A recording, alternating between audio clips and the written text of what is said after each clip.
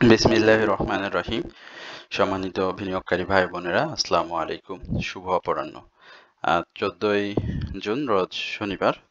আশা করি আপনারা সকলেই শারীরিকভাবে সুস্থ আছেন এবং ভালো আছেন। প্রথমবারের মতো যারা আমার চ্যানেলে নতুন আমাকে শুনছেন তাদের সবাইকে বিনীতভাবে অনুরোধ করব, অবশ্যই আমার চ্যানেলটি আপনারা সাবস্ক্রাইব করবেন এবং আপনাদের যদি কোনো অনুরোধের স্টক থাকে সেটি অবশ্যই কমেন্টসে লিখে আমাকে জানাবেন। আমি অবশ্যই আপনার অনুরোধের স্টক নিয়ে কথা বলবো। এছাড়াও যারা প্রতিনিয়ত আমাকে শোনেন সবাইকে জানাই আন্তরিক ধন্যবাদ এবং কৃতজ্ঞতা। দীর্ঘদিন পর আগামীকাল 15ই জুন, রোজ রবিবার, মার্কেট শুরু হবে। আমরা সকল বিনিয়োগকারী যে আশাটি নিয়ে বসে আছি যে মার্কেট কবে শুরু হয়, মার্কেটের ঈদ পরবর্তী সময় মার্কেট কি পরিস্থিতির সম্মুখীন হয়, সেটি আসলে আমরা আগামীকালকেই বুঝতে পারবো। আশা করি মার্কেট যেই আপট্রেন্ড দিয়ে শুরু করেছে সেই আপট্রেন্ডটি কন্টিনিউ করবে এবং একই সঙ্গে আপনারা যারা আমাকে হোয়াটসঅ্যাপে জানতে চেয়েছেন যে ইরান এবং ইসরায়েলের যে যুদ্ধটি চলমান রয়েছে এই যুদ্ধটি আসলে মার্কেটে কোনো প্রভাব ফেলবে কিনা, আমি প্রথমত আপনাদের এই প্রশ্নের উত্তরটা দিয়েই আজকের আলোচনাটি শুরু করব।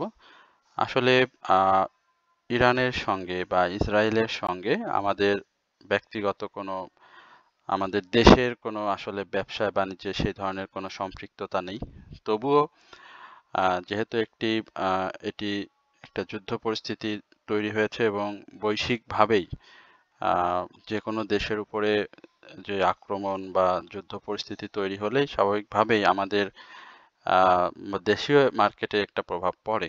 তো আগামী দিনে আমরা প্রত্যাশা করি এই ধরনের কোনো প্রভাব আমরা হয়তো দেখব না, কারণ আমাদের মার্কেটের যে ডাউন ট্রেন্ড সেটি কিন্তু অনেক বেশি আমরা আমাদের যে সূচক সেটি হারিয়েছি প্রায় 1800-1900-র মতো সূচক আমরা এই 10-11 মাসে আমরা হারিয়েছি। সুতরাং যেহেতু তাদের সঙ্গে আমাদের বৈশ্বিক বাণিজ্য নেই, একই সঙ্গে আপনারা জানেন যে দীর্ঘদিন ধরেই ইউক্রেন এবং রাশিয়ার মধ্যে চলমান যে সংঘাত সেটিও আমাদের মার্কেটের জন্য যে ধরনের ডাউন ট্রেন্ড ক্রিয়েট হয়েছিল সেই ধরনের ডাউন ট্রেন্ড কিন্তু আমরা এই যুদ্ধটাতে প্রত্যাশা করি না। আমাদের দেশে যেটি হয় যে পরিকল্পিতভাবে মার্কেটকে ডাউন ট্রেন্ডে নিয়ে আসা হয়। যুদ্ধ বলেন বা অন্য ধরনের যে কোনো রিউমার যেটি আমরা বলি, সেই ধরনের কোনো কিছু ক্রিয়েট হলেই আমাদের যারা মার্কেট মেকার রয়েছেন তারা মূলত মার্কেটকে ডাউনে নিয়ে আসেন তাদের সুবিধার জন্য। বাট এই যে পরিস্থিতি যেটি তৈরি হয়েছে মধ্যপ্রাচ্যে, এই পরিস্থিতিটা মূলত আগামীকালকে আল্লাহ না করুক যদি মার্কেটের নেগেটিভ বা ডাউন ট্রেন্ডে যায় বা না যায়, দুটা কথাই বলি, যদি যায় তাহলে এই যুদ্ধ এর পিছনে দায়ী থাকবে না, সেটি দায়ী থাকবে মূলত আমাদের মার্কেট মেকারদের ব্যক্তিগত ইচ্ছা পূরণ করার জন্য।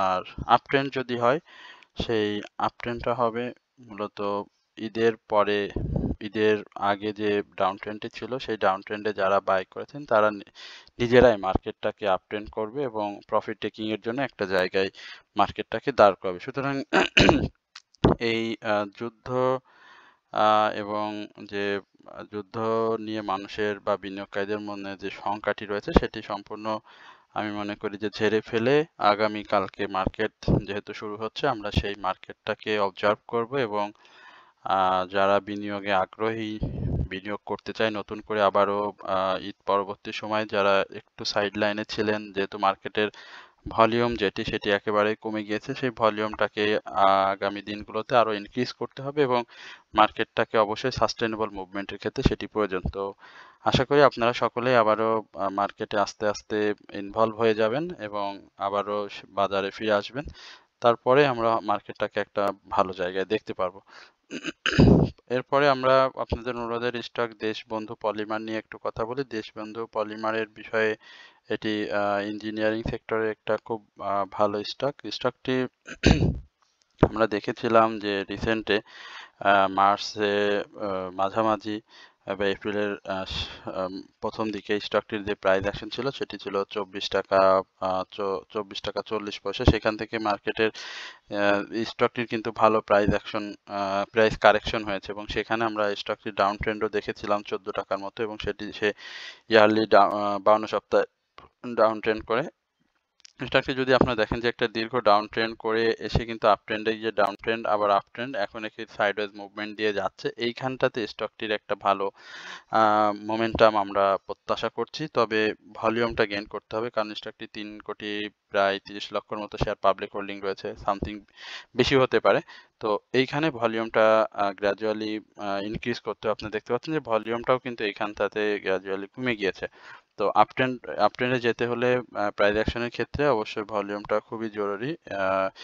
আর হিস্টোগ্রামের বার এমএসিডিতে সেল সিগন্যাল যেহেতু রয়েছে, বাই সিগন্যাল যেহেতু রয়েছে, সেখানে ভলিউমটা বৃদ্ধি পেলেই কিন্তু স্টকটি ভালো প্রাইস অ্যাকশনে ফিরে যাবে এবং 18 টাকা 50 পয়সায় যদি স্টকটি ক্লোজ করতে পারে তাহলে কিন্তু 22 থেকে 23 টাকা এই জায়গাটিতে আমরা স্টকটি দেখব। যদিও তার থার্ড কোয়ার্টার ইপিএসটা খারাপ এসেছে, কিন্তু পাবলিক হোল্ডিং এবং মানি ফলো সেটি কিন্তু আস্তে আস্তে ইনভলভ হচ্ছে। সুতরাং এই স্টকটি আশা করি আগামী দিনে আপনাদের যারা বিনিয়োগকারী রয়েছেন তাদের প্রফিট টেকিং জোনে নিয়ে যাবে। এছাড়াও স্টকটি আপনারা যেটি লক্ষ্য করেছেন যে আরএসআই সেটিও কিন্তু আপট্রেন্ডে যাওয়ার জন্য চেষ্টা করছে। এরপরে আমরা এস আলম কোল্ড স্টোরেজ এই স্টকটি নিয়ে একটু আলোচনা করব। স্টকটি সম্পর্কে আপনারা অনেকেই আমাকে হোয়াটসঅ্যাপে জানতে চেয়েছেন, গ্রুপ মেম্বাররাও জানতে চেয়েছেন, একই সঙ্গে আপনাদের আমাদের কমেন্ট সেকশনেও দেখছি একজন জানতে চেয়েছেন। আচ্ছা, এস আলম নিয়ে আমি খুব বেশি আমার এই চ্যানেলে খুব বেশি কথা বলিনি, তারপরেও ফেব্রুয়ারি থেকে এই জুন পর্যন্ত না হলেও 5-6 বার কথা হয়েছে। এস আলমটা আপস অ্যান্ড ডাউনসের মধ্যে রয়েছে, বাট প্রাইস অ্যাকশনের ক্ষেত্রে স্টকটির এখন বর্তমান সময়ে যে আমরা বাধাটা লক্ষ্য করছি সেটি হচ্ছে মার্কেটের যে ডাউন ট্রেন্ডটা, এই ডাউন ট্রেন্ডের সঙ্গে স্টকটি কিন্তু তাল মেলাচ্ছে, অর্থাৎ সে ভলিউমটা ধরে রেখেছে এবং মে মাসে একটা আপট্রেন্ডে যাওয়ার চেষ্টা করছে, বাট সেখানে খুব বেশি সে প্রাইস অ্যাকশন কিন্তু করেনি। 23 টাকা 50 পয়সা সে হাই ক্রিয়েট করেছিল এবং তারপরে আবারও সে কারেকশন মোডে ফিরে আসে। এইখানে স্টকটির ভলিউমটা গেইন করে, যেহেতু ভলিউমটা কন্টিনিউ করছে, সেহেতু আমার কাছে মনে হয় 25 টাকা থেকে 25 টাকা 50 পয়সা এই ব্যারিয়ারটা তাকে সাকসেসফুলি ব্রেকআউট করতে হবে এবং সেই ব্রেকআউটটা যদি সে সাকসেসফুলি করতে পারে তাহলে আবারও তার যে রিসেন্ট হাই যেটি রয়েছে 33 টাকা 30 পয়সা, সেইখানে আমরা স্টকটিকে দেখতে পাবো এবং 52 সপ্তাহের হাই। স্টকটি থার্ড কোয়ার্টার ইপিএস খুব বেশি ভালো আসেনি, খারাপ এসেছে। আর পাবলিক হোল্ডিং যেহেতু খুব বেশি না, 1,82,00,000 শেয়ার রয়েছে স্টকটি, যে ধরনের কথা স্টকটির জন্য আমার কাছে প্রযোজ্য সেটি হচ্ছে গেমলিং স্টক। হ্যাঁ, এই ধরনের গেমলিং স্টকে মূলত পার্টির উপর ডিপেন্ড করে, পার্টি যদি ইনভলভ থাকে তাহলে প্রাইস অ্যাকশন বৃদ্ধি পায়। তো আমার কাছে যেটি মনে হয়েছে যে এই স্টকটি এন্ট্রি জোনে যাওয়ার আগে আরো বেশি অবজার্ভ করা উচিত। স্টকটি আমার কাছে এখন পর্যন্ত সম্ভাবনাময় মনে হলেও কারেকশন জোন কিন্তু যে কোনো মুহূর্তেই এটি আসতে পারে। সেক্ষেত্রে আমি মনে করি যে স্টকটির গন্তব্য অর্থাৎ ডাউন ট্রেন্ড বা কারেকশন জোন যেটি, সেখানে 18 টাকা 80 পয়সা থেকে 19 টাকা 20 পয়সা এই জায়গাটা যদি কেউ এন্ট্রি নিতে পারেন তাহলে সেটি সব থেকে ভালো হয়। আর যদি কেউ ঝুঁকি নিয়ে স্টকটিতে এন্ট্রি নিতে চান তাহলে সেটি আপনি আপনার নিজ চিন্তা, যেহেতু নিজের বিনিয়োগ, সেহেতু আমি মনে করি তখন আপনার নিজের বুদ্ধি এবং বিবেচনাকে অগ্রাধিকার দিয়ে স্টকটিতে এন্ট্রি নেবেন। স্টকটিতে এই মুহূর্তে বাই সিগন্যাল রয়েছে। এমএসিডিতে আমরা অরেঞ্জ লেখা এবং ব্লু লেখার খুব কাছাকাছি অবস্থান দেখতে পাচ্ছি এবং মুভিং এভারেজ যেটি দেখতে পাচ্ছেন সেটিও কিন্তু আমরা দেখতে পাচ্ছি 21 টাকা 20 পয়সায় অবস্থান। মুভিং এভারেজ কিন্তু প্রাইস ভ্যালুর নিচে অবস্থান করছে। আচ্ছা, গোল্ডেন সনটা আমরা একটু দেখে আসি। অনেকদিন ধরে কথা হয় না আপনাদের সাথে গোল্ডেন সন নিয়ে। গোল্ডেন সনটা আসলে খুব মানুষের আগ্রহের একটা কেন্দ্রবিন্দু ছিল গোল্ডেন সনে।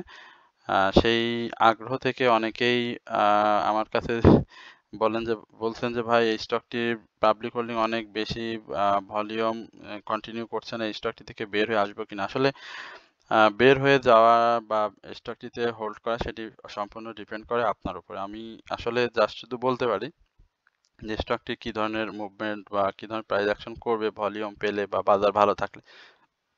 গোল্ডেন সনটা আপনি যদি দেখেন যে এই জায়গাটা গোল্ডেন সানের যে ভলিউম, সেম একই ক্যাটাগরিতে ভলিউমটা কিন্তু সে গেইন করছে। আমার কাছে গোল্ডেন সনের প্রাইস অ্যাকশনের ক্ষেত্রে আমি 12 টাকার কথা বারবারই বলে আসছিলাম। 11 টাকা 80 পয়সা এবং 12 টাকা, এই জায়গাটা আমি বারবার আপনাদেরকে বলে আসছি। আপনারা যদি গতদিনের এটা দেখেন যে 10 টাকা 80 পয়সা কিন্তু সে হাই ছিল, ক্লোজ করেছে কিন্তু 10 টাকা 70 পয়সা। স্বাভাবিকভাবে এখানে একটা ক্যান্ডেলটা খুব বেশি একটা শক্তিশালী ক্যান্ডেল না। আগামী দিনে আমি মনে করি যে 10 টাকা 70 পয়সা না, এখানে 12 টাকার আশেপাশে একটা ক্লোজ দিতে হবে। 11 টাকা 20 পয়সা একটা সে সেল প্রেসার সে ফেস করবে।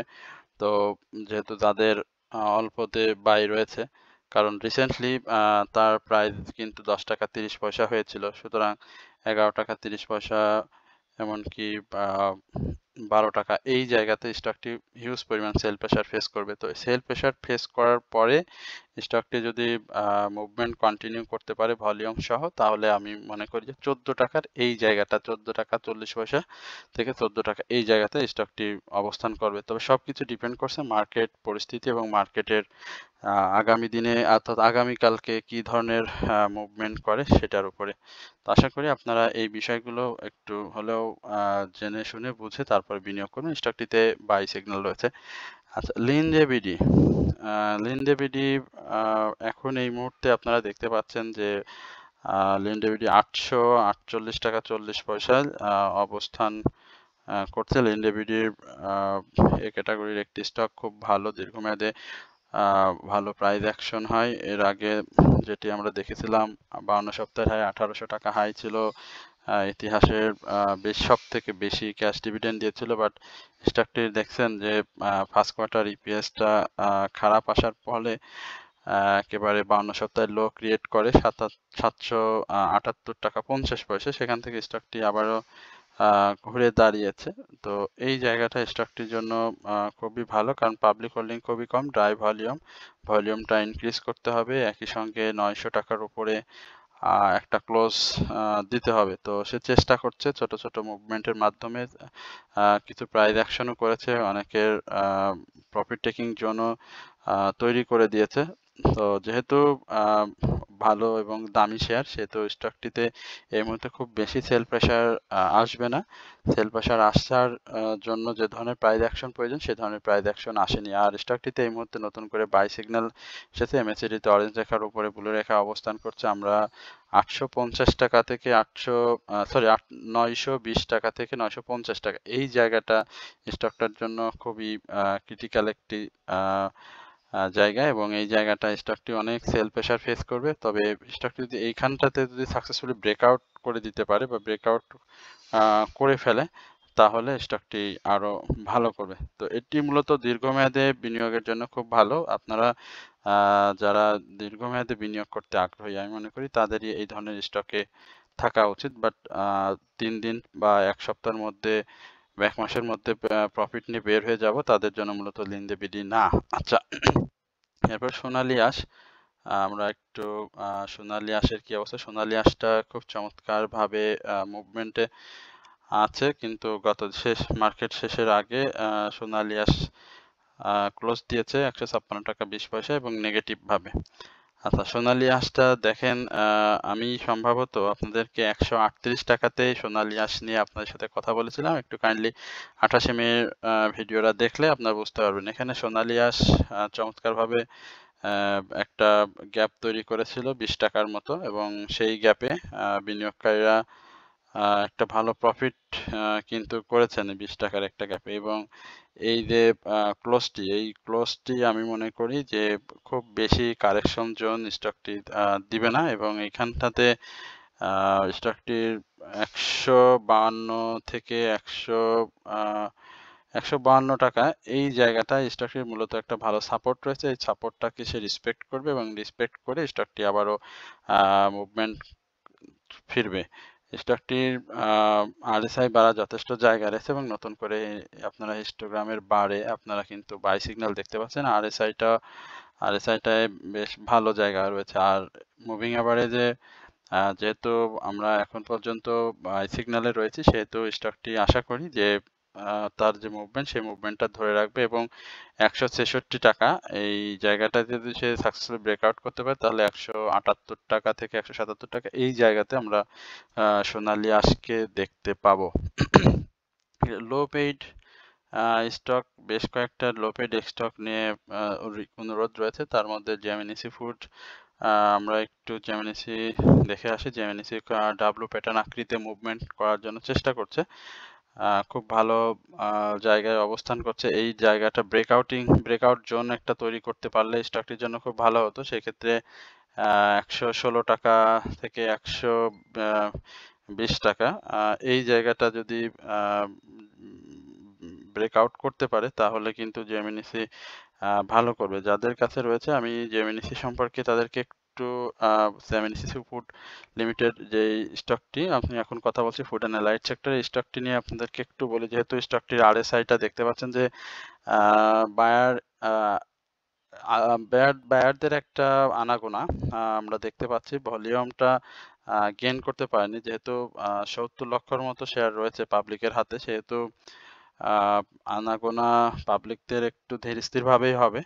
তো এই আনাগোনাটা যখন বেড়ে যাবে তখন কিন্তু স্টকটি এই জায়গাতে আর থাকবে না, এখান থেকে প্রাইস মুভমেন্টে সরাসরি সে চলে আসবে। 118 টাকা, 116 থেকে 18 এই জায়গাটা সব থেকে ভালো হয় 120 টাকা সাকসেসফুলি ব্রেকআউট, এবং সেই ব্রেকআউটটা যদি পেয়ে যায় তাহলে কিন্তু স্টকটি একেবারে স্পেস পেয়ে যাবে, অসাধারণ স্পেস পেয়ে যাবে প্রাইস অ্যাকশনের জন্য। তখন কিন্তু স্টকটি আরো ভালো করবে। তো যাদের রয়েছে তাদেরকে ধৈর্য ধরতে হবে। আর ডাউন ট্রেন্ডের ক্ষেত্রে আমি বলবো যে 110 টাকা থেকে 107 টাকা 70 পয়সা এই জায়গাতে স্টকটি ভালো সাপোর্ট রয়েছে। এই সাপোর্টটা স্টকটি রেসপেক্ট করবে এবং এখান থেকে ডাউন ট্রেন্ডে আসলে এই পর্যন্ত ডাউনে এসে আবারও সে মুভমেন্টে ফিরে যাবে। জিকিউ বল পেন, আমরা একটু তাড়াতাড়ি করার চেষ্টা করছি যেহেতু আলোচনাটা বেশ বড় হয়ে গিয়েছে ইতিমধ্যে।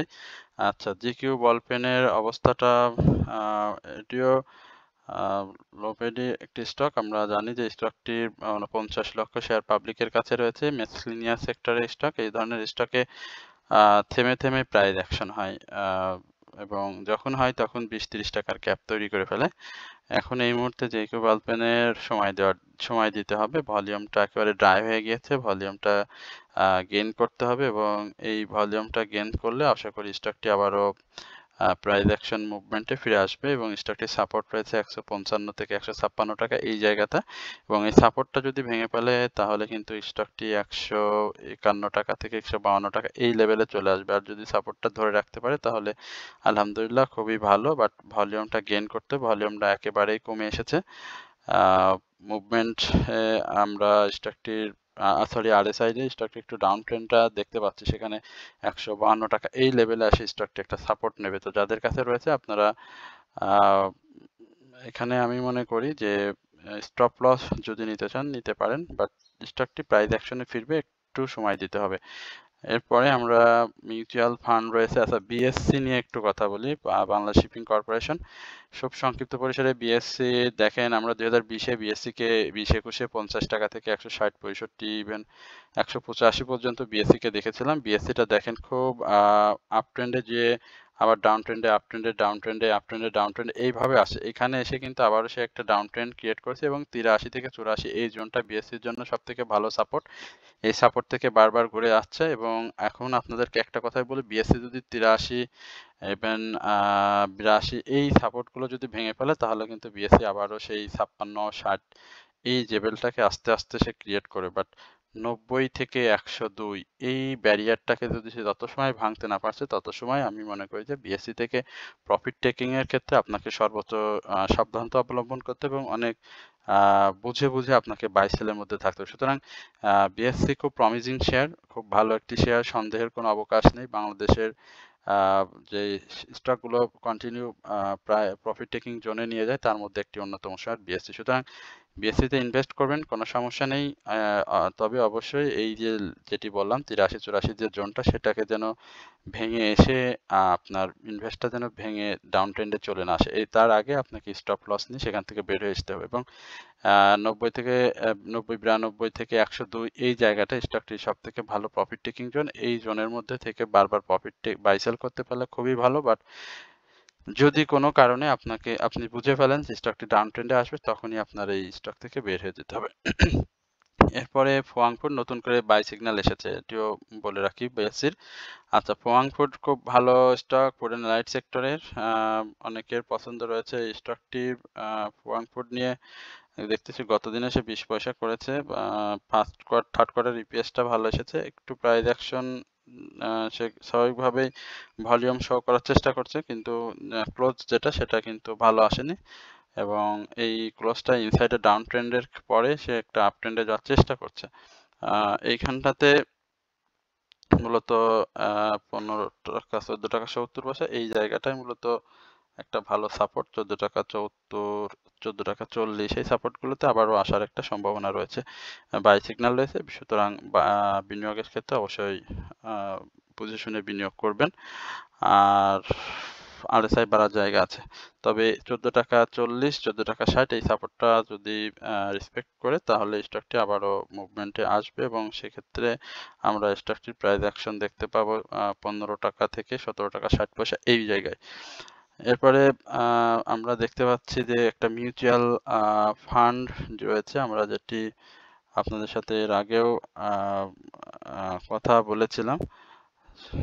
আমরা দেখে আসি মিউচুয়াল ফান্ডটির যে গেম সেটি ওভার হয়ে গিয়েছে কিনা। আমার কাছে মূলত এই ধরনের কথাই আপনারা জিজ্ঞেস করেন যে semi lecture equity management fund যেটি মিউচুয়াল ফান্ডের, এটার গেম ওভার হয়ে গেছে কিনা প্রশ্ন খুব জটিল, উত্তর দেওয়া তো আরো বেশি কঠিন।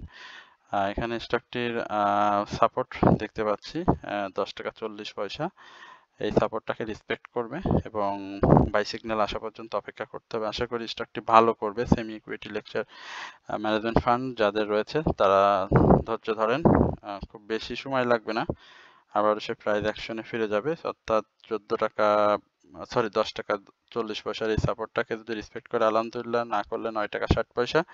আর যদি 10 টাকা 40 পয়সাকে রেসপেক্ট করে যদি মুভমেন্টে যায়, একই সঙ্গে মিউচুয়াল ফান্ড এর মুভমেন্ট থাকতে হবে প্রথম শর্ত, এবং সেই মুভমেন্ট যদি থাকে তাহলে অবশ্যই স্টকটি আরো ভালো পারফর্ম করবে। স্টকটিতে এই মুহূর্তে সেল সিগন্যাল রয়েছে। আশা করি আপনারা এই বিষয়টিও বুঝতে পেরেছেন।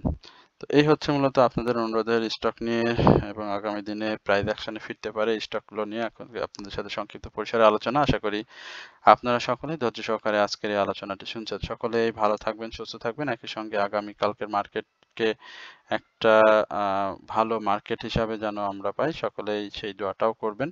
তো এই বলে আজকের আলোচনা এখানে শেষ করছি। আসসালামু আলাইকুম ওয়া রাহমাতুল্লাহি ওয়া বারাকাতুহু।